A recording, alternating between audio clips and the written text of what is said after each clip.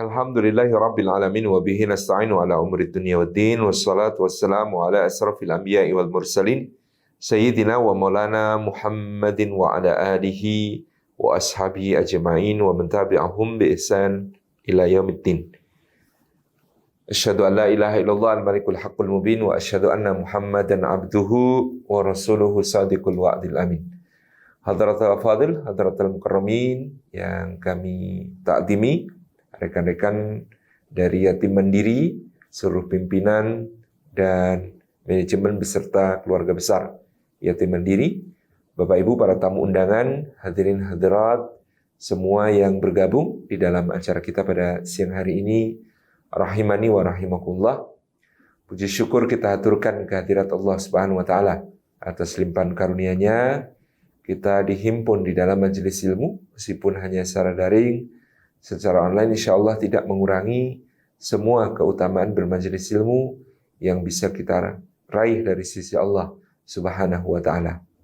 Semoga setiap langkah yang kita tempuh pada hari ini menjadi pemudah jalan kita semua menuju ke surga, dan semoga duduk kita semua termasuk taman di antara taman-taman surga, tempat Allah mencurah-curahkan rahmat-Nya, menaungkan sayap-sayap malaikatnya, menurunkan sakinah ke dalam hati kita, dan menyebut-nyebut nama kita semua dengan bangga pada makhluk-makhluk mulia yang ada di sisinya. Hadirin hadirat yang dimuliakan oleh Allah Subhanahu wa taala, kita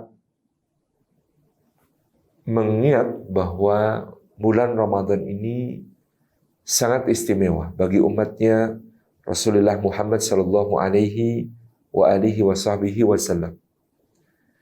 Pada saat Allah menciptakan langit dan bumi, Dia telah menetapkan adanya 12 bulan dalam setahun. Dari ke-12 bulan tersebut, minha arba'atun hurum. Di antaranya terdapat 4 bulan mulia.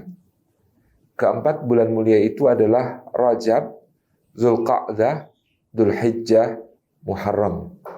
Yang satu menyendiri, yang 3 berkumpul. Rajab, Dzulqa'dah, Dzulhijjah, Muharram.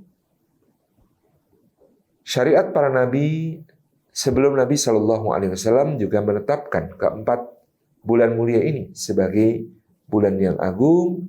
Maka demikian pula ketika beliau diutus menjadi nabi dan rasul, keempat bulan ini menjadi bulan-bulan utama yang di dalamnya amal-amal saleh dilipat gandakan oleh Allah Subhanahu wa ta'ala.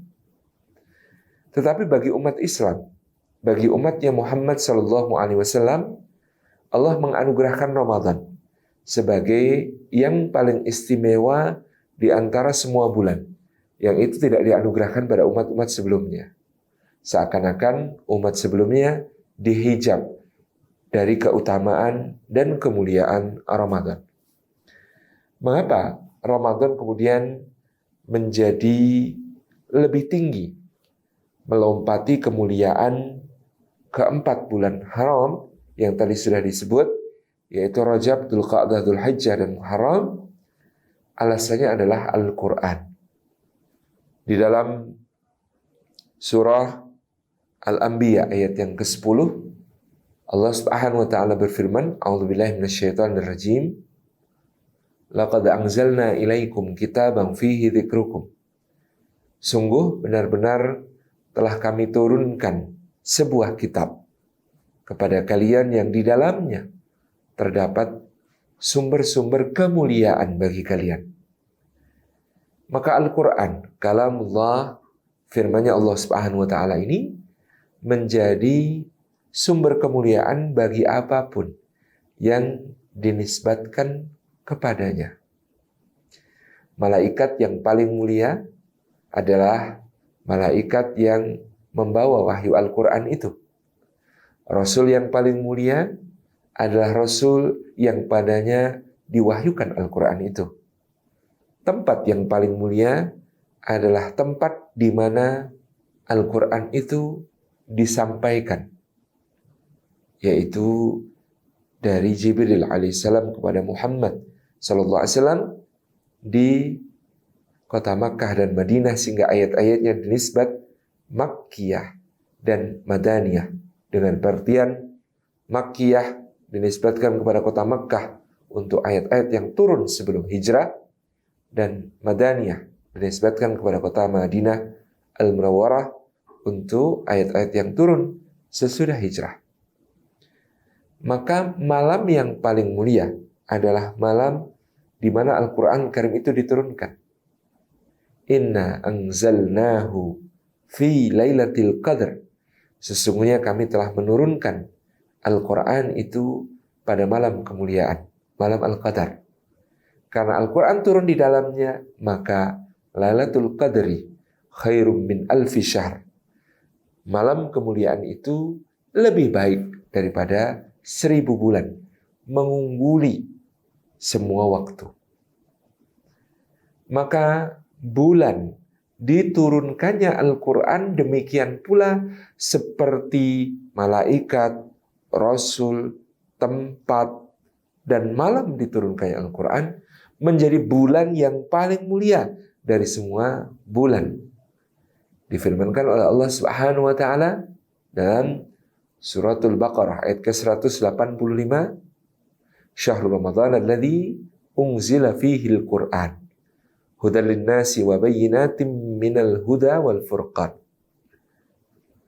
Bulan Ramadan, bulan yang di dalamnya diturunkan Al-Qur'anul Karim sebagai petunjuk bagi manusia dan penjelasan atas petunjuk, dan yang menjadi pembeda antara hak dan batil, benar dan salah, baik dan buruk, halal dan haram, terpuji dan tercela, dan memberi kekuatan kepada jiwa manusia untuk memilih yang hak, yang benar, yang baik, yang halal, yang terpuji, serta meninggalkan yang batil, yang keliru, yang jelek, yang haram, yang tercela. Maka dengan turunnya Al-Quranul Karim bagian permulaannya di bulan Ramadan itu, maka naiklah derajat Ramadan menjadi sayyidus syuhur, penghulu dari semua bulan. Ketika Al-Quran turun bagian awalnya kepada Rasulullah Muhammad SAW, pada saat itu beliau bertahannuts di Gua Hira, di atas kota Makkah Al-Mukarramah, dan Jibril alaihissalam datang kepada beliau, menuntun beliau untuk membaca. Iqra ya Muhammad. Beliau mengatakan, ma ana biqari, aku tidak bisa membaca. Maka Jibril mendesaknya dengan berkata, Iqra ya Muhammad. Berulang kali beliau katakan, ma ana biqari, saya bukan orang yang bisa membaca.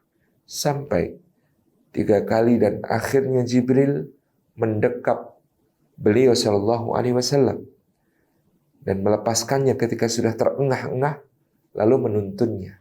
Iqra bismi rabbikal ladzi khalaq, khalaqal insana min 'alaq.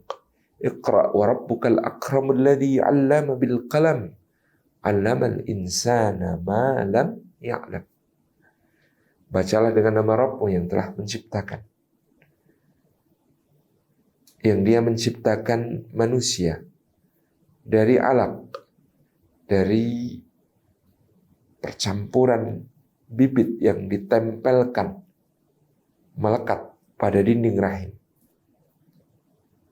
Bacalah, dan Rabbmu adalah ayat yang paling pemurah, yang mengajar dengan perantaraan pena, mengajar manusia apa-apa yang belum diketahuinya.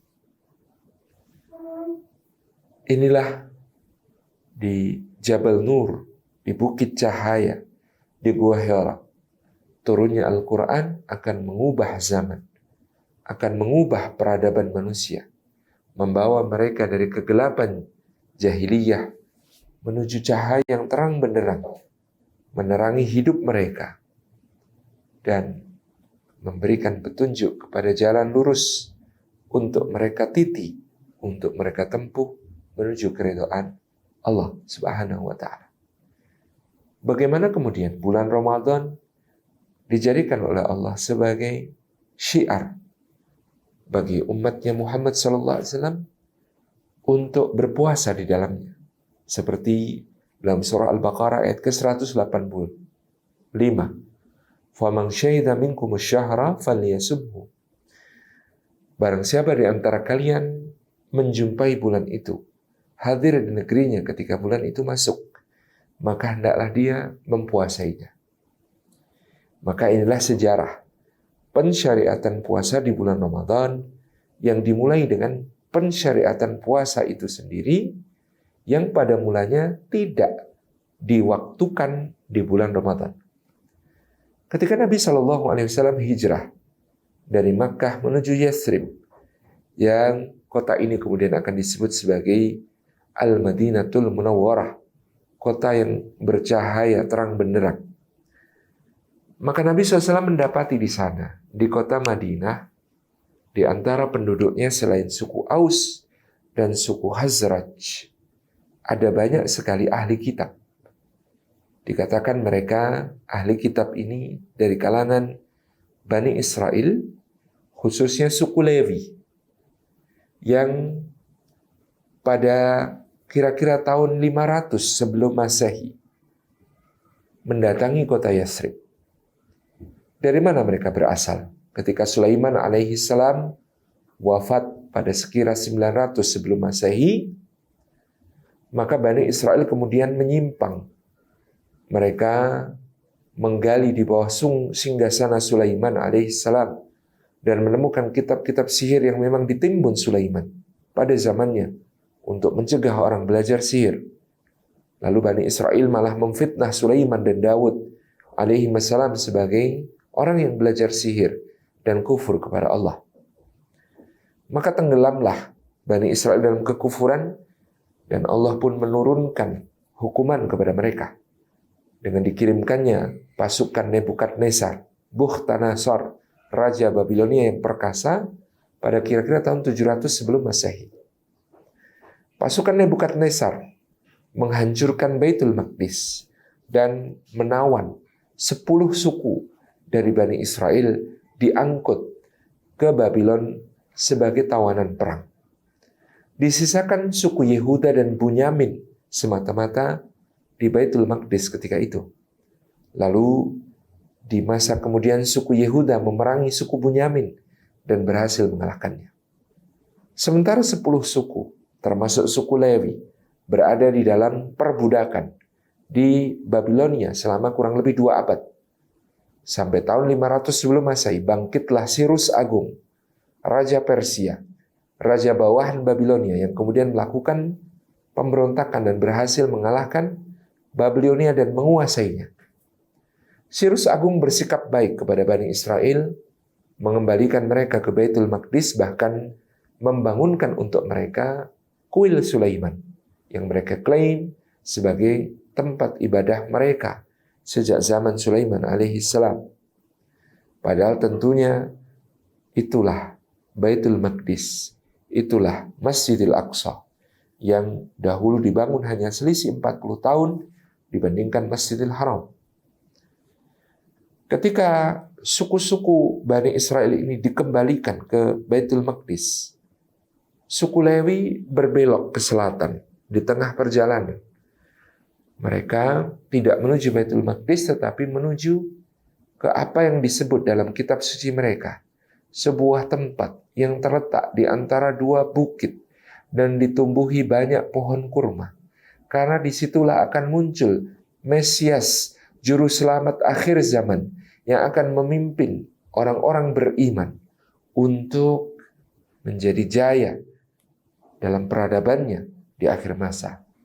Juru selamat itu, Mesias itu akan muncul di sebuah tempat yang banyak ditumbuhi pohon kurma dan terletak di antara 2 perbukitan. Rupanya menurut pandangan mereka, itulah kota Yathrib. Maka disitulah mereka tinggal bersama suku Aus dan Khazraj. Lalu mereka pun beranak pinak dengan harapan juru selamat itu akan muncul dari kalangan mereka. Pada abad ke-7 Hijriah, pada abad ke-7 Masehi, pada awal abad ke-7 Masehi, penantian mereka berakhir dengan munculnya Rasulullah Muhammad SAW yang hijrah dari kota Makkah ke kota Madinah pada saat itu. Mereka terkejut karena juru selamat itu, Sang Mesias yang dinantikan itu, bukan berasal dari kalangan mereka. Bahkan mereka sudah menunggu 1100 tahun agar juru selamat itu berasal dari salah satu anak-anak mereka. Tetapi Allah menakdirkan juru selamat itu justru datang dari Bani Ismail, keturunan Ismail alaihissalam, Rasulullah Muhammad SAW. Maka tibalah Nabi SAW dalam hijrahnya di kota Madinatul Munawwarah. Ketika beliau tiba, maka beliau melihat bagaimana orang-orang ahli kitab ini memandang beliau dengan perasaan takjub tetapi segan, dengan perasaan rindu tetapi malu. Karena memang betul, Nabi SAW adalah yang mereka nantikan, tapi yang mereka nantikan ini tidak sesuai harapan. Para pemimpinnya berhimpun.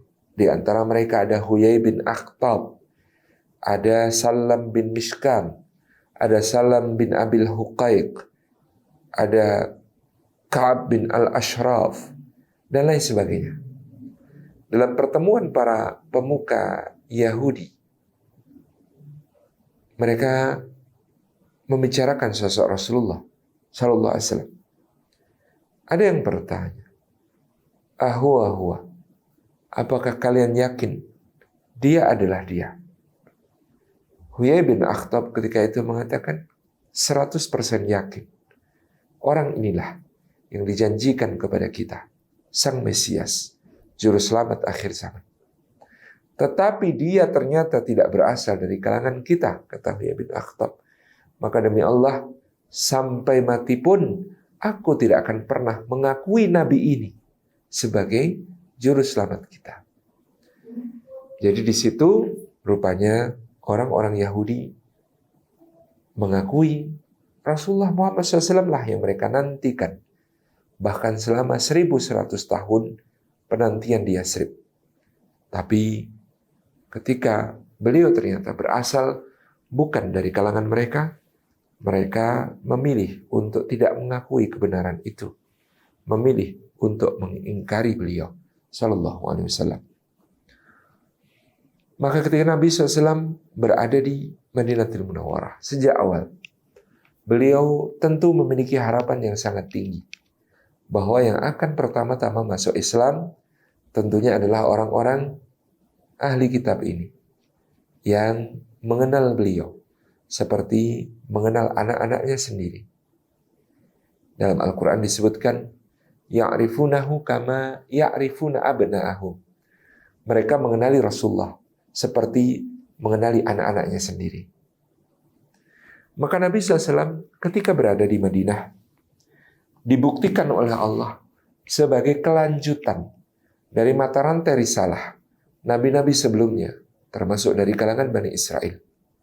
Maka syiar-syiar ibadah beliau, bahkan penampilan beliau sangat mirip dengan penampilan para ahli kitab dan juga Nabi-Nabi Bani Israel terdahulu.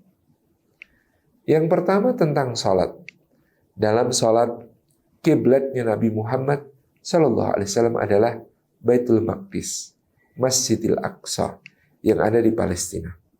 Itu kiblat beliau dan umatnya, yang tentu itu adalah juga menjadi kiblat bagi orang-orang Yahudi ahli kitab tersebut. Kemudian dalam penampilannya, Nabi SAW pun memakai jubah asfar, jubah yang dicelup warna kuning, sebagaimana para pemuka ahli kitab dan para nabi sebelumnya dari Bani Israel. Bahkan rambut beliau disisir gerai ke belakang tanpa belahan, persis seperti gaya menyisir rambut para ahli kitab dan pemuka-pemukanya. Maka melengkapi syiar itu sebagai bukti bahwa beliau adalah kelanjutan mata rantai risalah dari nabi-nabi sebelumnya, umat-umat sebelumnya. Allah menurunkan surat Al-Baqarah ayat 183 sebagai perintah puasa.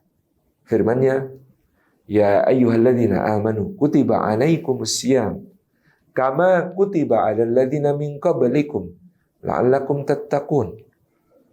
Wahai orang-orang yang beriman, diwajibkan atas kalian berpuasa seperti diwajibkan atas orang-orang sebelum kalian agar kalian bertakwa.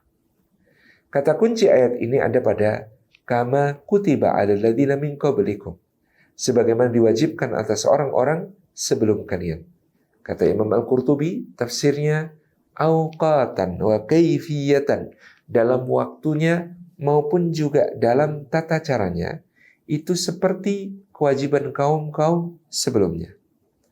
Maka ayyaman ma'dudat di ayat ke-184 Allah mengatakan puasa itu adalah pada hari-hari yang tertentu, hari-hari yang terhitung, hari-hari yang khusus.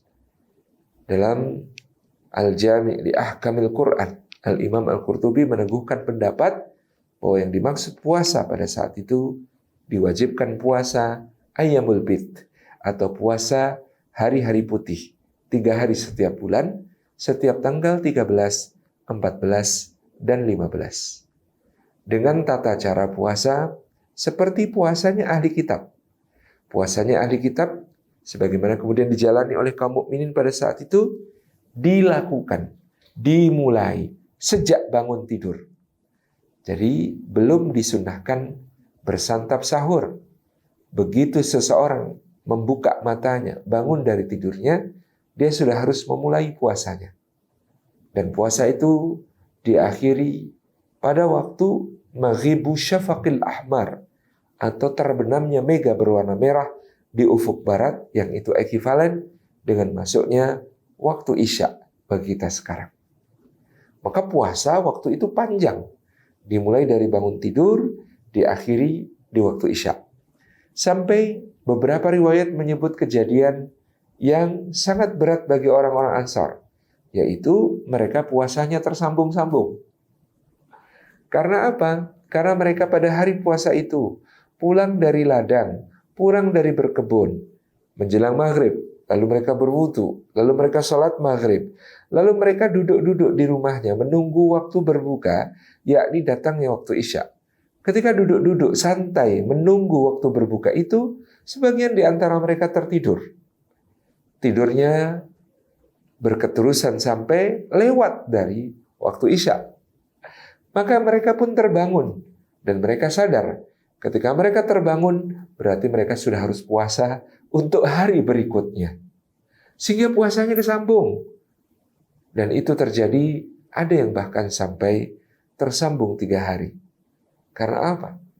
Karena tertidur seba'da maghrib melewati waktu Isya, sehingga ketika sudah bangun sudah harus puasa untuk hari berikutnya. Itulah beratnya puasa pada saat itu. Di aturan yang turunkan Allah di ayat ke-183 dan 184. Itulah kenapa di ayat ke-184 dan 185 nanti ada klausul yang mirip, yaitu tentang orang yang sakit atau bepergian. Maka memang ini 2 perintah puasa yang berbeda. Nah, perintah puasa yang pertama ini berjalan di kalangan kaum muslimin hanya selama beberapa bulan. Ketika Allah berfirman, "Qad badatil baghdha'u min afwahihim wa ma tukhfi suduruhum akbar." Telah nyata kebencian yang keluar dari mulut mereka, wahai Muhammad sallallahu alaihi wasallam, dan apa yang disembunyikan oleh hati mereka jauh lebih besar lagi. Maka pada tahun itu Allah memerintahkan kaum muslimin untuk meneguhkan identitas mereka sebagai ahli kebenaran, bahkan harus berbeda dari orang-orang Yahudi ahli kitab. Yang semula Rasulullah ingin semirip mungkin dengan para ahli kitab untuk menarik mereka ke dalam Islam. Tetapi terbuktilah mereka justru paling keras permusuhannya kepada Islam. Maka pada saat itu Nabi SAW diperintahkan pertama untuk mengubah kiblatnya dari Masjidil Aqsa menuju ke Masjidil Haram. Qad nara taqalluba wajhika fis sama' falanwalliyannaka qiblatan tardah. Sungguh wahai Muhammad, kami melihat bagaimana wajahmu berulang kali menghadap ke langit, maka kami akan mengalihkan kamu kepada kiblat yang lebih engkau ridhai. Tahun itu kiblat diubah dari Masjidil Aqsa ke Masjidil Haram, ke Ka'bah Baitullah. Rasulullah pun menanggalkan jubah asfarnya. Beliau tidak mau lagi memakai jubah yang dicelup dengan warna kuning, tetapi mencukupkan diri beliau dengan memakai gamis yang berwarna putih bersih. Bahkan Nabi SAW mengubah sisiran rambutnya. Dari semula ditarik gerai ke belakang, menjadi dibelah. Ibnu Abbas dan ibunda kita Aisyah menceritakan, Rasulullah mulai mengubah sisirannya pada tahun tersebut, dan Aisyah bercerita, aku menyisir Rasulullah dengan membelahnya. Kadang di bagian tengah, kadang di bagian pinggir, dan kadang aku mengikat rambut beliau menjadi 2 atau 3 bagian. Ini kesaksian ibunda kita Aisyah. Penampilan beliau berubah. Beliau pun mengatakan kepada orang-orang beriman, Khaliful Yahud, selisilah orang Yahudi. Mereka suka menumpuk sampahnya di depan rumah. Jangan kalian lakukan. Mereka suka memelihara jenggot sekaligus kumisnya dua-duanya. Maka kalian peliharalah tetap jenggot, rawat rapi-rapi, dan pangkas kumis kalian. Mereka suka mengeluarkan perempuan-perempuan haid dari rumah mereka karena jijik, maka kalian memuliakan istri-istri kalian di rumah meskipun sedang haid. Kemudian jadilah turun hukum tentang puasa. Surah Al-Baqarah ayat ke-185 diturunkan. Faman syahida minkum asy-syahra falyasumhu. Maka barang siapa di antara kalian menyaksikan kedatangan bulan Ramadan itu, hendaklah dia mempuasainya. Pada tahun itu Ramadan identik dengan Ramadah atau musim panas. Bulan Ramadan pada tahun diwajibkannya puasa jatuh tepat pada musim panas. Panjang siangnya, panas terik cuacanya, sehingga berat sekali dilakukan ibadah puasa. Adalah orang-orang Ansar di antara semua sahabat yang paling khawatir tentang puasa bulan Ramadan. Kenapa? Karena mereka punya pengalaman puasanya tersambung-sambung. Kalau pada aturan puasa yang lama, 3 hari, mereka pernah tersambung. Itu mereka masih bisa tahan-tahankan, masih bisa dikuat-kuatkan. Tapi ini puasa sekarang bukan 3 hari setiap bulan, melainkan dihimpun di dalam 1 bulan, yaitu Ramadan. Maka bagaimana kalau tersambung? Bisa binasa mereka. Itu yang ada dalam benak orang-orang Ansar. Maka menghadaplah mereka kepada Nabi Shallallahu Alaihi Wasallam untuk mengadu kenapa ibadah puasa ini dipindah ke bulan Ramadan dan terasa menjadi berat sekali. Seperti biasa orang-orang Ansar, mereka tidak pernah sampai hati untuk mengungkapkan komplainnya, untuk mengungkapkan protesnya dengan kalimat langsung. Maka mereka menyampaikan kepada Rasulullah SAW dengan kalimat kiasan. Sebenarnya dalam hati mereka hendak bertanya, kenapa aturan puasa ini berat sekali ya Rasulullah? Tapi yang keluar dari lisan mereka adalah kalimat, ya Rasulullah, apakah Allah itu dekat sehingga kami cukup berbisik? Ataukah Allah itu jauh sehingga kami harus berteriak? Maka pertanyaan orang-orang Ansar ini, baik yang terkemuka di lisan mereka ataupun yang tersembunyi di hati mereka, dijawab Allah dengan ayat ke-186 dan 187. Ayat ke-186 menjawab pertanyaan yang mereka lisankan. Wa idza sa'alaka 'ibadi anni fa inni qarib ujibu da'wata da'i idza da'ani falyastajibu li wal yu'minu bi la'allahum yarshudun. Wa idza sa'alaka, dan apabila bertanya kepadamu wahai Muhammad SAW, ibadi, hamba-hambaku, anni, tentang aku, fa inni qarib, maka sesungguhnya aku dekat. Kalimat ini dalam bahasa Arab sebenarnya ada yang dilesapkan, ada yang dihilangkan. Karena kalau syaratnya wa idza sa'alaka, mereka bertanya kepadamu, maka jawabnya harus fakul, maka katakanlah hai Muhammad. Tapi ayat ini tidak berbunyi wa idza sa'alaka ibadi anni fakul inni qarib. Melainkan langsung fa inni qarib. Kenapa? Ada rahasia bahasa yang indah sekali di sini. Dan apabila mereka bertanya kepadamu wahai Muhammad tentang aku, kalau Allah kemudian menjawab dengan mengatakan, maka katakanlah kepada mereka wahai Muhammad bahwa aku dekat. Maka kalimat ini menjadi muskil. Kenapa? Katanya dekat, kok untuk mengatakan bahwa dia dekat perlu pakai perantara, yaitu Rasulullah SAW. Kalau kalimatnya fakul inni qarib, maka Allah tidak menggunakan fakul inni qarib. Seakan-akan Rasulullah SAW diminta minggir dulu sehingga khitab Allah langsung kepada orang-orang yang bertanya. Dan apabila mereka bertanya kepadamu, wahai Muhammad SAW tentang aku, maka sesungguhnya aku dekat. Langsung tanpa perantara. Dekat untuk apa? Ujibu da'wata da'i idza da'ani falyastajibu li wal yu'minu bi la'allahum yarshudun. Maka aku dekat untuk mengabulkan doa-doa orang yang meminta, memohon kepadaku ketika mereka bermunajat. Maka hendaklah mereka penuhi seruanku, hendaklah mereka beriman kepadaku, supaya mereka mendapatkan bimbingan Allah. Ini jawaban pertanyaan yang keluar dari lisannya orang-orang Ansar. Bagaimana dengan pertanyaan yang ada di dalam hati mereka tentang aturan puasa yang berat sekali kalau diterapkan di bulan Ramadan, dimulai bangun tidur, diakhiri ketika Isya. Maka Allah menurunkan ayat ke-187. Firman Allah Subhanahu wa taala, "Uhilla lakum lailatus siyamir rafasu ila nisaikum." Bahkan di malam-malam Ramadan itu dihalalkan bagi kalian untuk bercampur dengan istri kalian. Dalam aturan puasa yang sebelumnya mereka tidak berani mencampuri istri-istri mereka pada hari-hari puasa yang 3 hari ayyamul bid itu.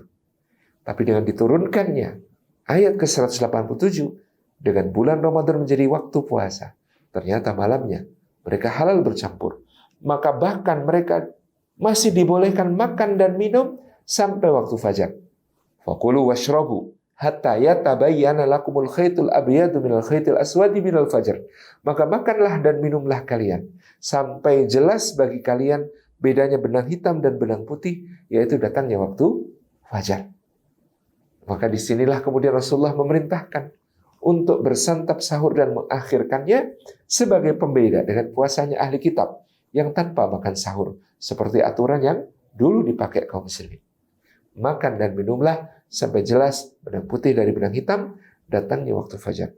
Tsumma atimmus siyama ilal lail. Kemudian sempurnakan puasa itu sampai masuknya waktu malam. Masuknya waktu malam bukan lagi maghibus syafaqil ahmar atau tenggelamnya mega yang berwarna merah di ufuk barat, melainkan maghribus samsh atau terbenamnya matahari, yakni waktu maghrib. Paripurnalah kemudian aturan puasa Ramadan yang dijalani oleh umat Islam tersebut. Sebagian ulama menyebut peristiwa ini rampungnya pensyariatan puasa Ramadan terjadi pada tahun kedua Hijriah yang umat Islam kemudian setelah itu bergegas untuk menyambut seruan jihad ke Ghazwatu Badril Kubra atau perang Badar besar. Demikian asal-usul Ramadan seperti yang tercantum dalam Tarikhut Tasyrik. Mudah-mudahan bermanfaat. Wassalamualaikum warahmatullahi wabarakatuh.